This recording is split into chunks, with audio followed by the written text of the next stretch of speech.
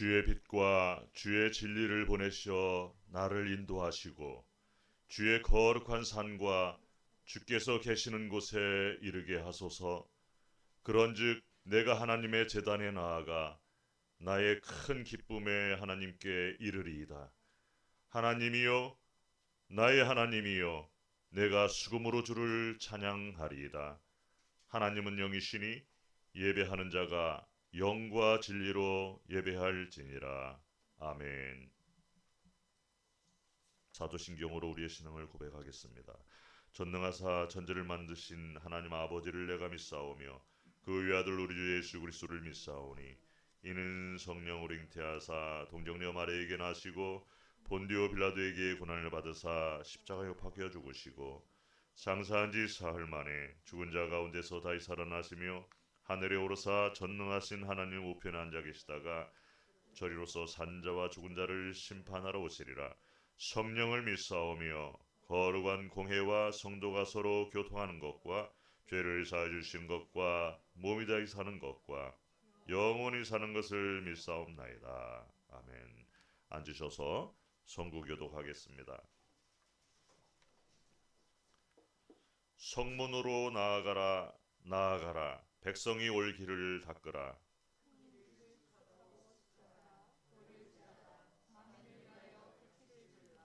여호와께서 땅끝까지 선포하시되 너희는 딸 시온에게 이르라. 보라, 내 구원이 이르렀느니라.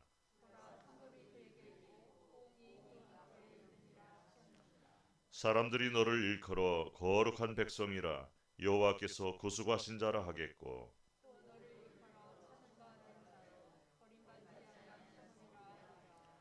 선지자 이사야의 책에 쓴 바 광야에서 외치는 자의 소리가 있어 이르되 모든 골짜기가 메워지고 모든 산과 작은 산이 낮아지고 다같이 모든 육체가 하나님의 구원하심을 보리라 함과 같으니라. 아멘. 이사야서 9장 1절에서 7절입니다. 9장 1절부터 제가 저와 여러분이 한 절씩 교독하겠습니다. 전에 고통받던 자들에게는 흑암이 없으리로다. 옛적에는 여호와께서 스불론 땅과 납달리 땅이 멸시를 당하게 하셨더니 후에는 해변 길과 유단 저쪽 이방에 갈릴 일을 영화롭게 하셨느니라.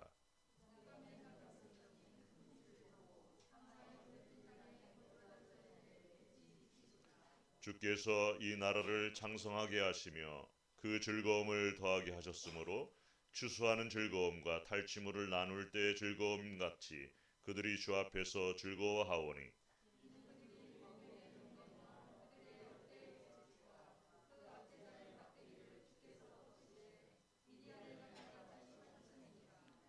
어지러이 싸우는 군인들의 신과 피 묻은 겉옷이 불의 섭같이 살라지리니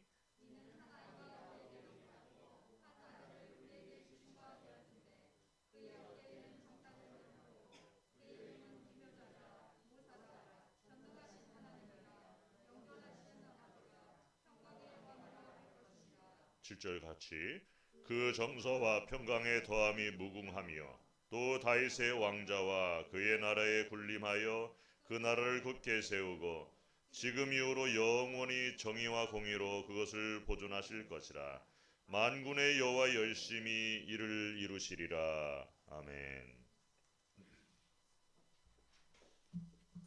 이 시간 예배 가운데 임재하시는 삼위일체 하나님을 찬양합니다. 할렐루야. 여러분 지난 한 주 동안 항상 무조건 감사하며 지냈습니까?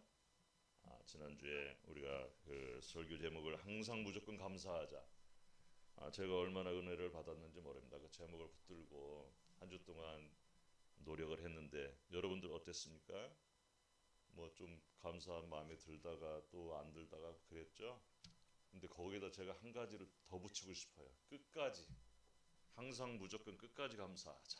이 말씀을 드리고 싶습니다. 주님 다시 오실 때까지 항상 무조건 감사하며 사시기 바랍니다.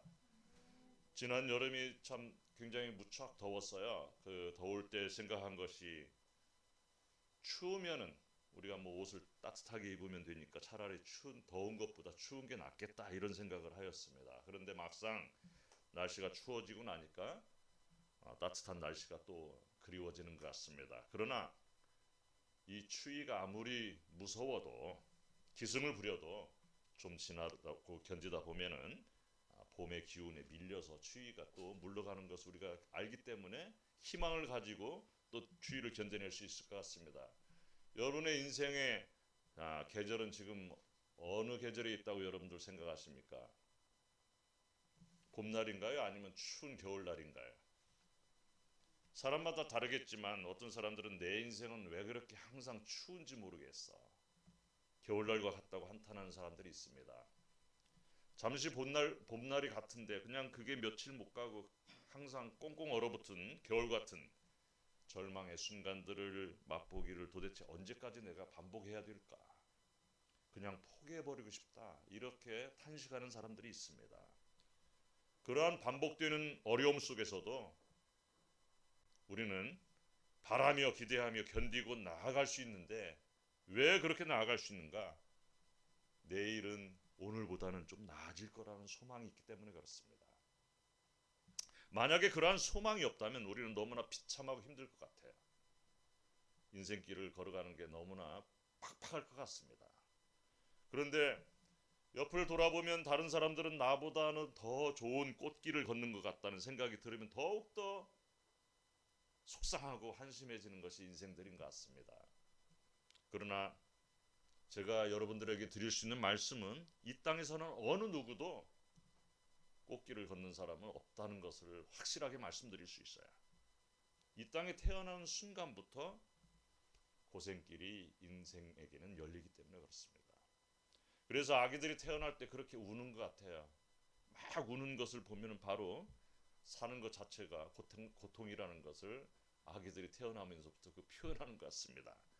아무리 자신의 삶을 낙관적으로 바라보고 낙천적으로 생각해도 긍정적으로 바라보려고 해도 사실은 고생길이라는 사실은 변하지 않는 것입니다.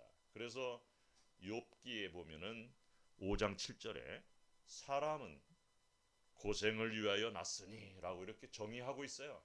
이게 하나님 말씀, 성경 말씀입니다. 사람은 고생을 위하여 났다.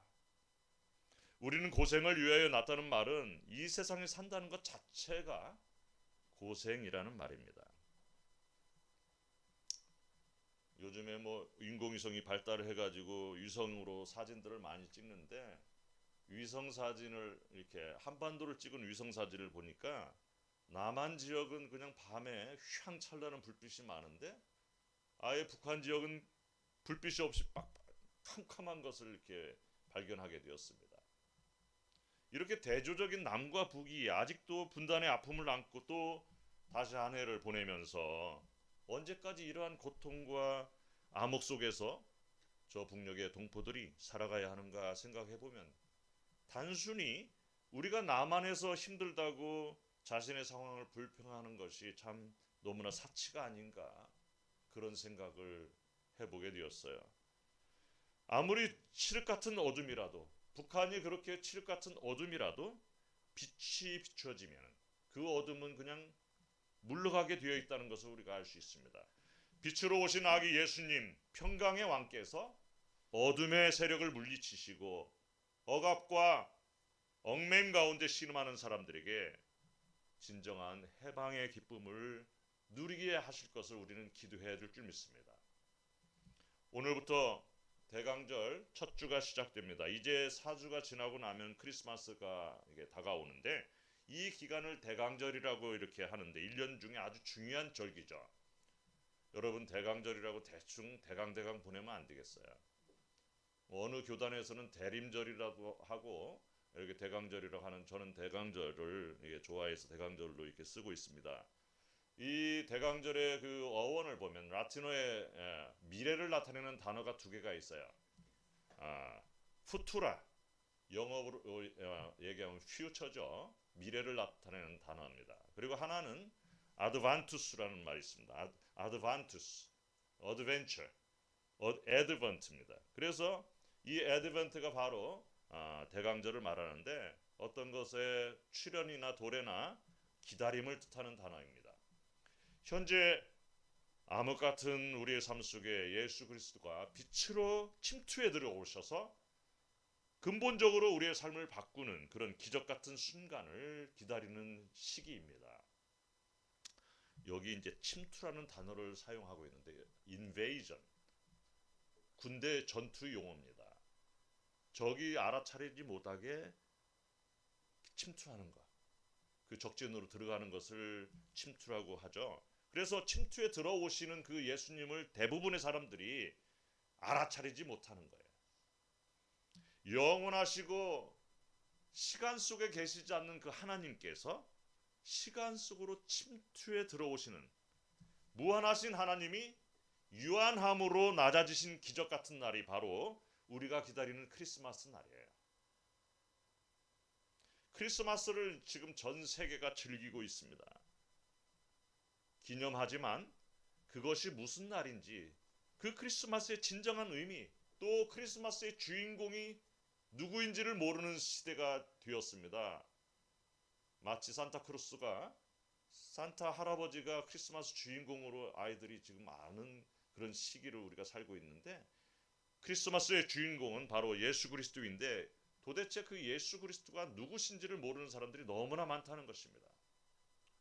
제가 여기서 예수 그리스도가 누군지를 안다는 것은 또 더 깊은 의미가 있어요.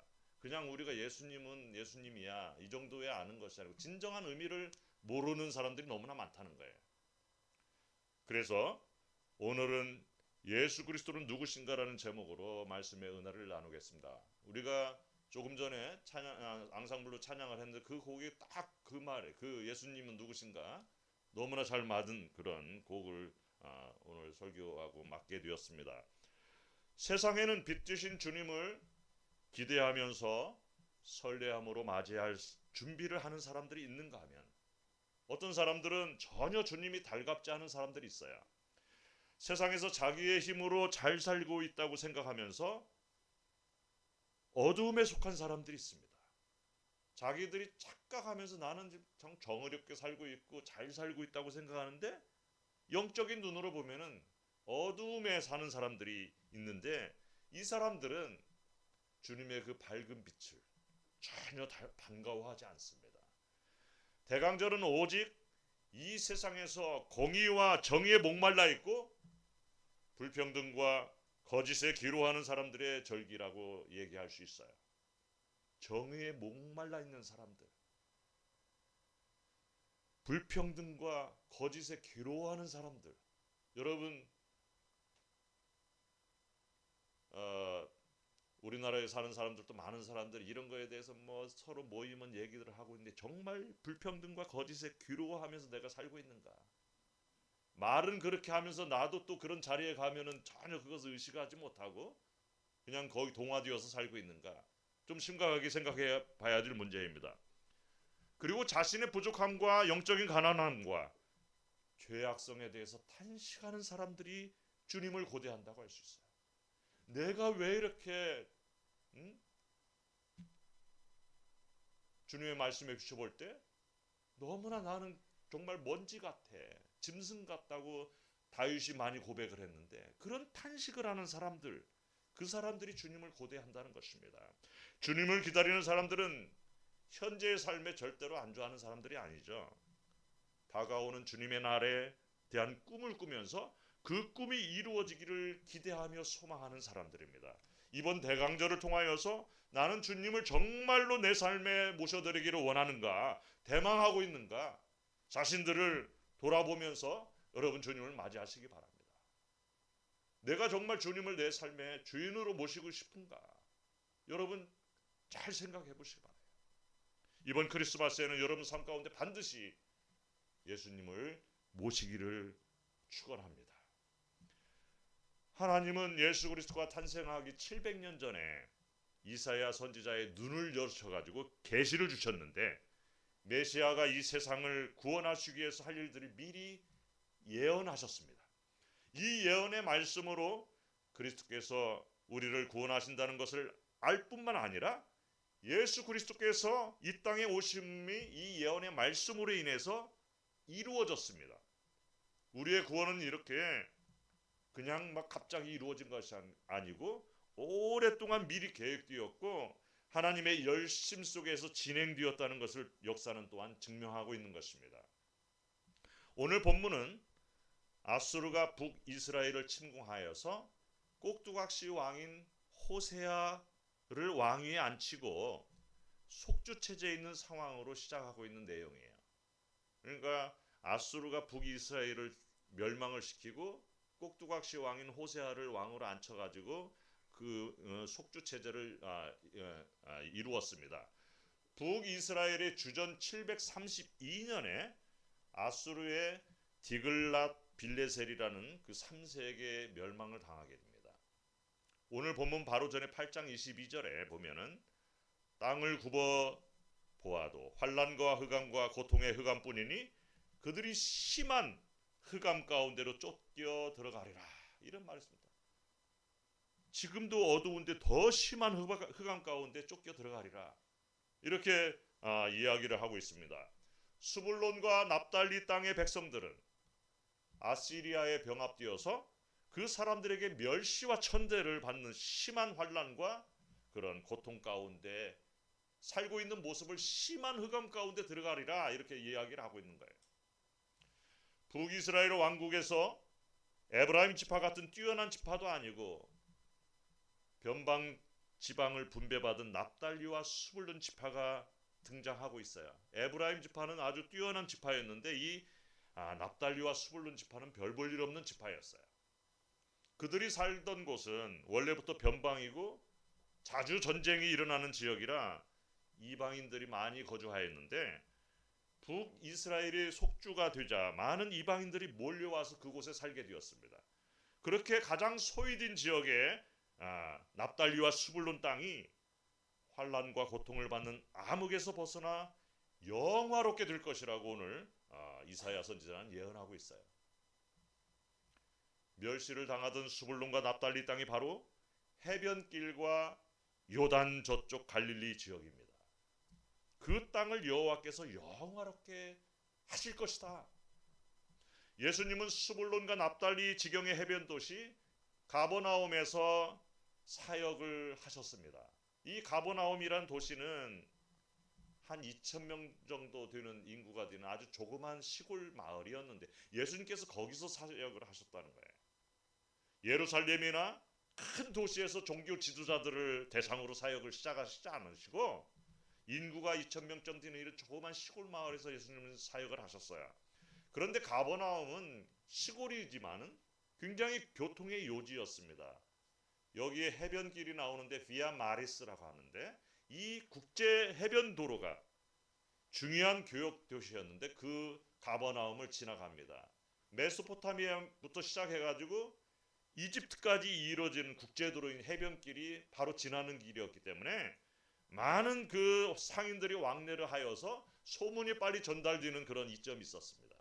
예루살렘은 그렇게 많은 상인이 왔다 갔다 하는 그런 지역은 아니었어요.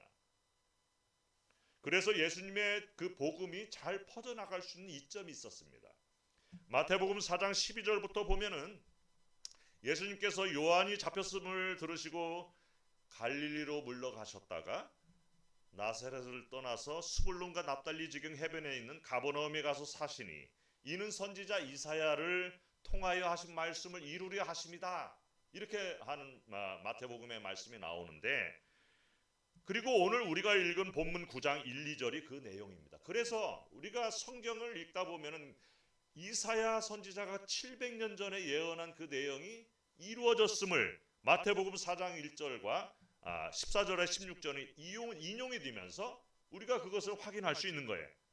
이사야 선지자의 예언이 이루어졌구나, 성취되었구나, 이렇게 우리가 확신을 하는 것입니다. 스불론 땅과 납달리 땅과 요단강 저편 해변길과 이방의 갈릴리여, 흑암에 앉은 백성이 큰 빛을 보았고 사망의 땅과 그늘에 앉은 자들에게 빛이 비치었도다 하였느니라.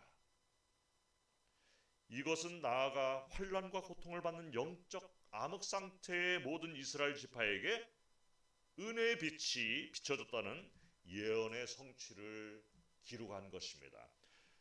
우리나라도 한일 합방이 되면서 나라를 잃어버리고 언어와 문화를 빼앗기고 이름까지도 일본인들에게 빼앗겨 버렸어요. 그리고 학교에서 일본말로 천황 숭배 교육을 받았고 교회도 신사참배를 하게 하는 정책으로 철저히 문화와 정신이 유린되었고 말살되었습니다. 그런 가운데 얼마나 많은 수모와 학대가 있었겠습니까? 우리가 역사적으로만 그냥 이야기로 생각해서 그렇지 그 당시에 피눈물 나는 그런 학대와 수모와 멸시와 천대가 있었다는 것을 우리가 생각해야 될 줄 믿습니다. 그것을 견디다 못한 국민들은 만주벌판으로 이주하여서 죽을 고생을 하며 또 독립을 위한 투쟁을 하였습니다. 그런데 일본을 이기고 우리나라가 독립할 기미는 조금도 보이지 않았어요. 전혀 그런 희망이 보이지 않았던 것입니다. 그런데 식민지 상태였던 우리 민족은 아무리 태양이 밝게 비치는 그 대낮에도 마음속은 암흑이 가득한 상태로 모든 사람들이 살았던 것입니다. 그러한 빛이 없는 칠흑 같은 어둠에 있던 우리 민족에게 하나님께서 강대국들의 그 싸움에서 일본이 망하게 하시면서 해방의 기쁨을 주셨어요. 그래서 그날을 광복절이라고 얘기해요. 광복, 빛을 찾았다, 이렇게 표현을 하는 것입니다. 우리는 36년간의 식민지 그 시간을 가졌지만 이스라엘은 그거에 비교할 수 없는 엄청나게 긴 시간 동안의 그런 암흑의 시간들을 겪은 민족입니다. 그리고 아직까지도 전 세계의 디아스포라 이스라엘 유대인들이 흩어져서 유대인들이 얼마나 멸시를 받으면서 천대를 받으면서 차별을 받으면서 사는지 모릅니다. 물론 유대인들이 요즘에 뭐 너무나 금융이나 이런 교육이나 많은 부분에서 관략할 만한 그런 어떤 힘을 가지고 있지만 아직도 백인들에게 많은 사람들에게 차별을 받고 어렵게 살고 있는 사람들이 많다는 것입니다. 크리스마스가 다가오면은 핸델의 오라토리온 메시아가 많이 연주가 되고 있는데 거기에 보면 베이스 아리아가 있어요.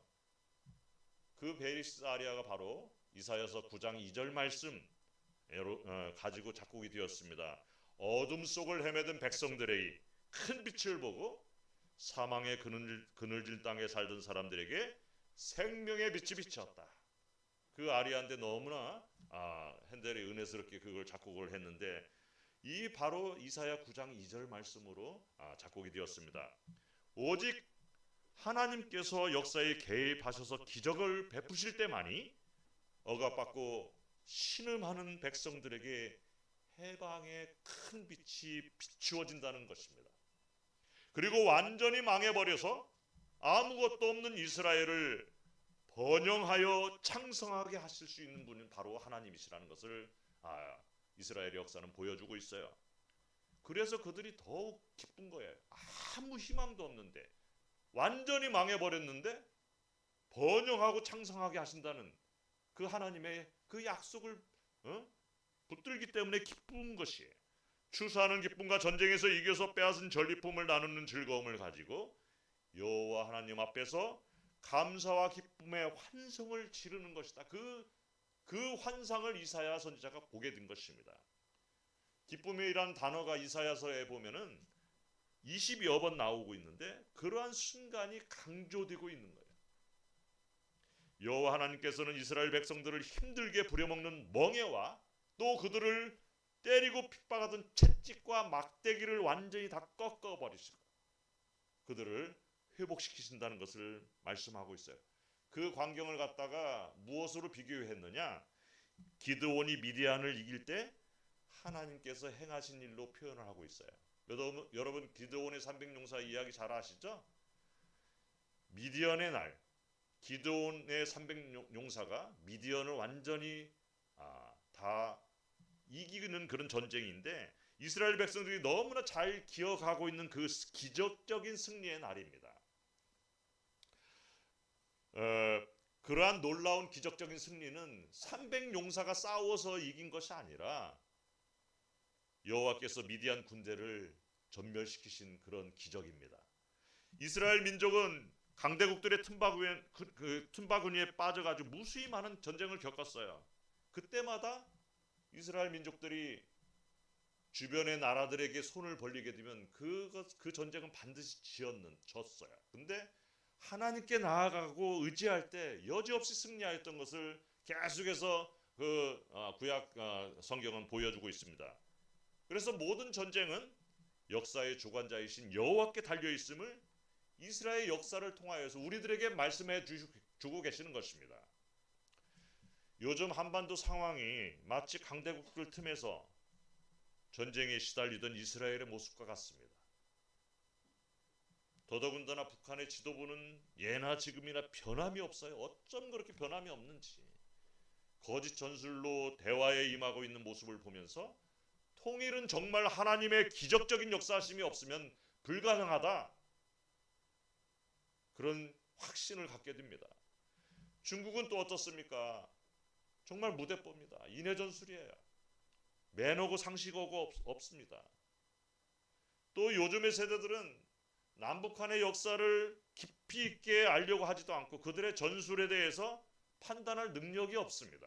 그래서 너무나 낙관적으로 생각하고 있는 것을 보면서 가슴이 답답한데, 정말 이 작은 나라에 여러분 핵폭탄이 터진다면 끝나버리는 거예요. 종말입니다. 북한의 핵무기는 반드시 제거되어야 된다고 저는 생각해요. 도대체 믿을 수 없는 그들에게 핵무기가 있는 것이 얼마나 불안한 일인데 어찌 우리가 편히 지낼 수 있겠습니까? 근데 참 아이러니는 뭐냐면은 해외에 있는 사람들은 너무나 걱정을 합니다. 특히 미국에서는 대한민국이 어떻게 될까 걱정하는데 여기 사는 사람들은 전혀 감각이 없다는 거예요. 너무나 평온하고 뭘 믿고 그러는지 대단한 믿음입니다. 이러한 때 우리 대한민국은 정말 국방을 튼튼하게 하고 우리도 핵무기를 만들어서 그들을 물리치고 강대국과 의결을 잘해서 어떻게 그런 상황을 헤쳐나가려는 그런 시도보다는 먼저 그리스도인들이 하나님께로 돌아와서 무릎을 꿇고 주님의 그 인도하심을 기적을 발휘해 줄 줄 믿습니다.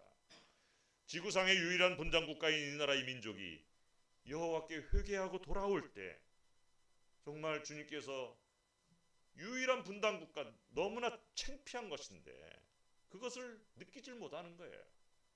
하루속히 통일이 기적적으로 일어나기를 우리가 기도해 줄 줄 믿습니다. 참으로 안타까운 것은 무엇이냐? 북한의 동포들은 자신들이 어둠 속에 고난당하고 있다고 생각하지 못하고에 샌이 되었다는 거예요. 그들은 오히려 남한 동포들이 불쌍하다고 그러더라고요. 제가 가서 들으니까. 빈부차별이 많고 미국의 식민차에서 고생한다고 생각을 하고 있어요. 그 말이 어느 정도 맞는 말입니다. 전혀 근거가 없는 얘기가 아니죠. 자유로운 자본주의 남한 땅에도 노숙자도 있고 쪽방촌해서 배고파서 떨고 있는 사람들이 많이 있습니다. 그리고 상대적인 박탈감과 빈곤감으로 인해서 불평한 사람들이 너무나 많아요. 그런데 이러한 북한에 대해서 오히려 좋게 생각하는 사람들이 요즘에 너무 많이 있는 것 같습니다. 하나님의 계획하심과 기적이 한반도에 일어나기를 우리는 기도해야 될 줄 믿습니다. 이렇게 생각들이 그렇게 되어 있기 때문에 그 통일이 더 힘들다는 거예요. 북한 사람들은 세뇌가 되어 있죠. 남한 사람들은 너무 낙관적으로 생각하고 있죠. 그러니 이게 일이 이루어지지 못한다는 거예요. 희망은 오로지 역사의 주관자이신 여호와께 달려 있습니다. 특히 어려움을 겪어보지 못한 그 요즘 세대들, 순탄하게 자란 그런 사람들은 더더욱 자기 안에 갇혀있는 어둠 속에서 헤어나질 못하는 그런 경향이 있습니다. 그리고 그러한 상황 가운데에서 신중하게 판단하는 것보다 충동적으로 판단하게 되는 경향이 있어요. 그러나 믿음의 사람들은 우리 앞에 있는 어두움으로 인해 포기할 것이 아니라 오히려 아침 햇빛으로 그 어둠이 흔적도 없이 물러갈 것이라는 그런 믿음과 소망 가운데서 기도하면서 그러한 희망이 우리 마음속에 꿈틀거려야 될 줄 믿습니다.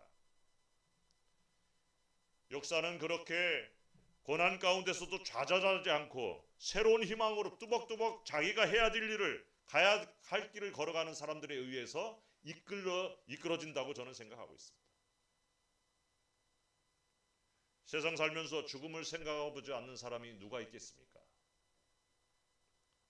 그러나 자포자기하지 말고, 그리고 현재 자기 자리에 주저앉지 말고 불의와 타협하지 않으면서 믿음으로 기도하며 나가는 것이 우리 크리스찬들의 모습이고 자세야 될 줄 믿습니다. 성탄은 왕들과 부자들과 권력자들의 절기가 아닙니다.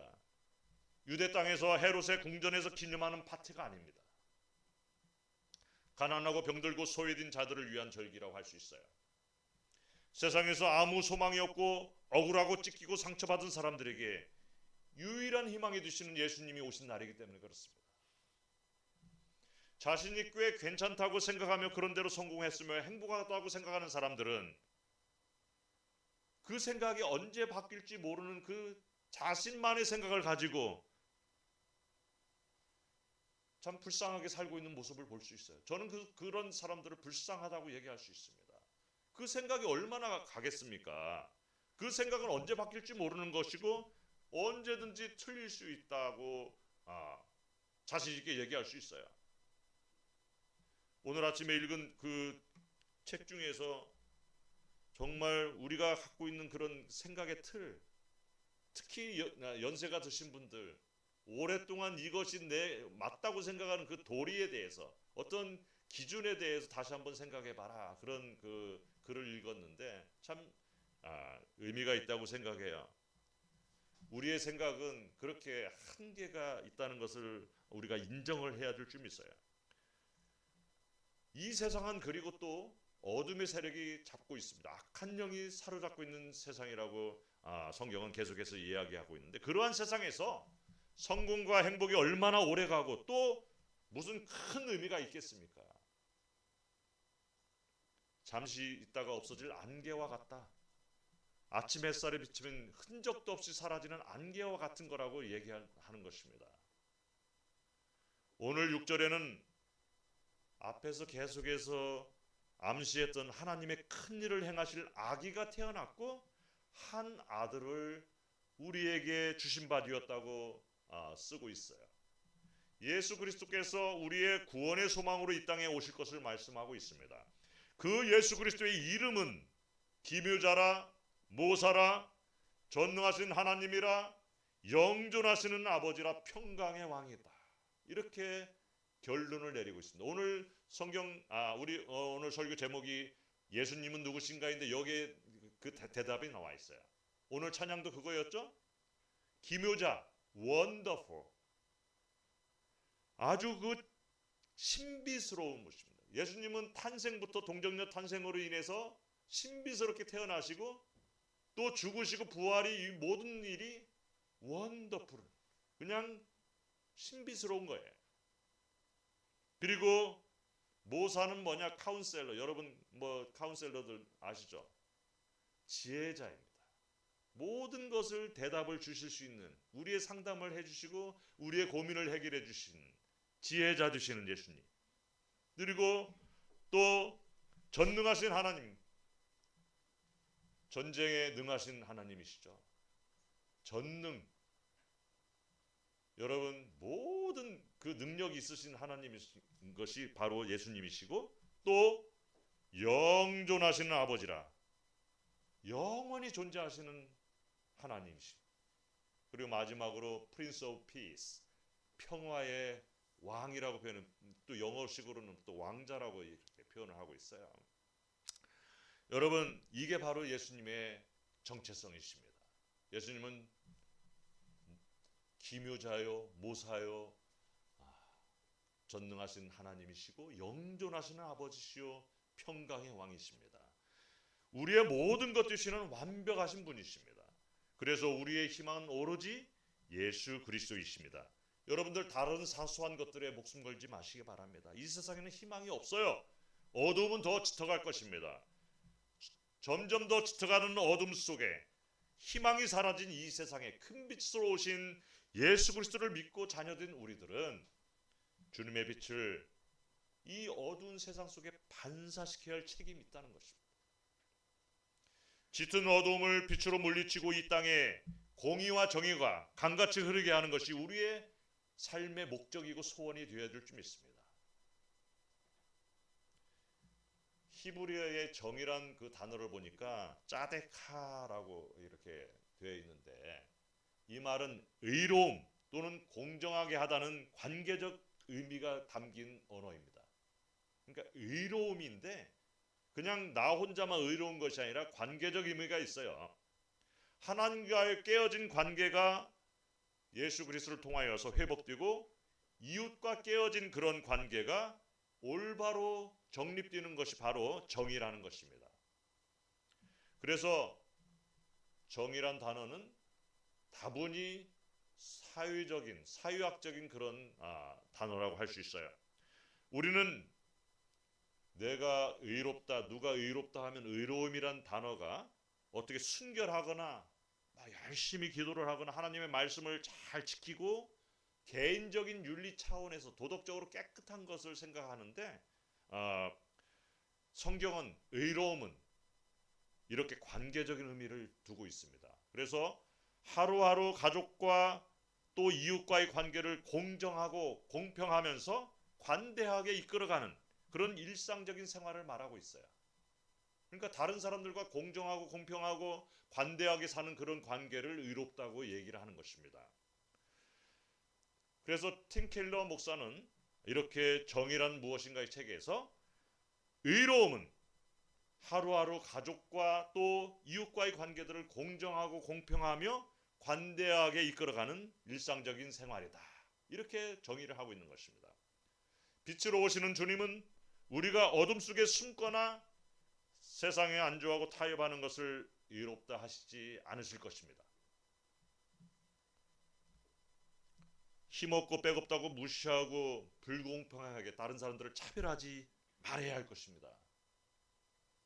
교회 다니고 예수 믿는 사람들이 제일 조심해야 될 게 뭐냐면, 어디 가서 식당이나 뭐 어디 가서 간다든지 갑질하는 모습, 백화점에 가서 갑질하는 모습, 이런 모습은 절대 보여서는 안 되는 것입니다. 불의를 모르고 모른 척하거나 차별받는 사람들에게 선을 행할 줄 알면서도 행하지 않는 것은 또 죄라고 성경은 이야기하고 있어요.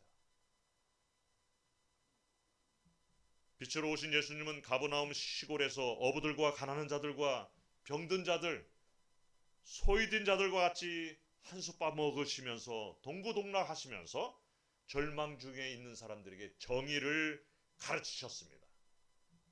마치 우리처럼 조그만 교회에 오셔서 하나님과의 올바른 관계와 서로 간에 사랑하는 관계를 회복시키시는 예수님이십니다. 사랑하는 성도 여러분, 2021년도 한 해도 이제 얼마 남지 않았습니다. 금년 한 해 예수 그리스도의 새로운 피조물로 주님과 동행하면서 우리가 살아왔는가 돌아봐야 될 줄 믿습니다. 우리가 올해 새해를 시작하면서 품었던 열심과 서원했던 것을 돌아보시면서 체크해 보시기 바랍니다. 내가 결심했던 것이 얼마나 지금 이루어졌고, 내가 주님한테 서원했던 것, 약속했던 것을 내가 얼마나 해냈는가, 그걸 돌아보시기 바랍니다. 이 대강절기에 저는 무엇보다도 먼저 여러분 자신과 화해하는 여러분들 되시기 바랍니다. 그리고 나서 나아가서 이웃과 잘못된 관계를 정당한 관계로, 공평한 관계로 바로잡는 절기를 삼으시기 바랍니다. 여러분들의 삶 속에 전능하신 평강의 왕으로 오신 예수 그리스도를 모셔드리고 모든 사람들과 이러한 의로운 관계, 정의의 관계를 회복하시는 여러분들 되시기 바랍니다. 그리고 나서 이 예수님을 온 세상에 전도하고 선교하는 발걸음을 내딛는 우리 교회가 되었으면 좋겠습니다. 요즘에 선교사님들한테 연락들이 많이 옵니다. 어제도 오고 뭐 며칠 전에도 왔는데 미얀마에 선교사님 들어가셔서 이제 뭐 사역을 하신다고 전화가 오셨고, 또 인도에서 선교하시는 분 오늘 또 인도로 이제 비자가 드디어 나와서 들어간다고 연락이 왔고, 콩고에서도 오고 필리핀에서도 오고 선교사님들이 이제 드디어 선교지로 이렇게 복귀하는 그런 연락들을 받고 있는데, 우리가 내년에는 이제 선교지로 나가는 발걸음을 내디뎌야 될 줄 믿습니다. 만군의 여호와 열심히 이러한 우리의 그런 세계 선교의 비전을 이루어 가게 하실 것을 믿고 기도해야 될 줄 믿습니다. 여러분들 평강의 주님을 여러분의 삶의 주인으로 모시고 하늘의 기쁨을 이 땅에서부터 또 영원한 하늘나라까지 계속해서 누리시기를 축원합니다. 기도하겠습니다. 어둠에 헤매는 저희들에게 참빛으로 오셔서 진리를 밝히 보게 하시니 감사합니다. 주님께서는 평강의 왕으로 우리에게 임하셨는데 아직까지 어둠의 일들을 끊어버리지 못하는 저희들의 연약함을 용서하여 주옵소서. 이번 대강절기를 보내며 정의와 공의를 행하는 저희들 될 수 있도록 도와주옵소서. 그리하여 저희의 의로움으로 이 세상이 조금이라도 변화되어서 주님의 나라가 확장되기를 소원합니다.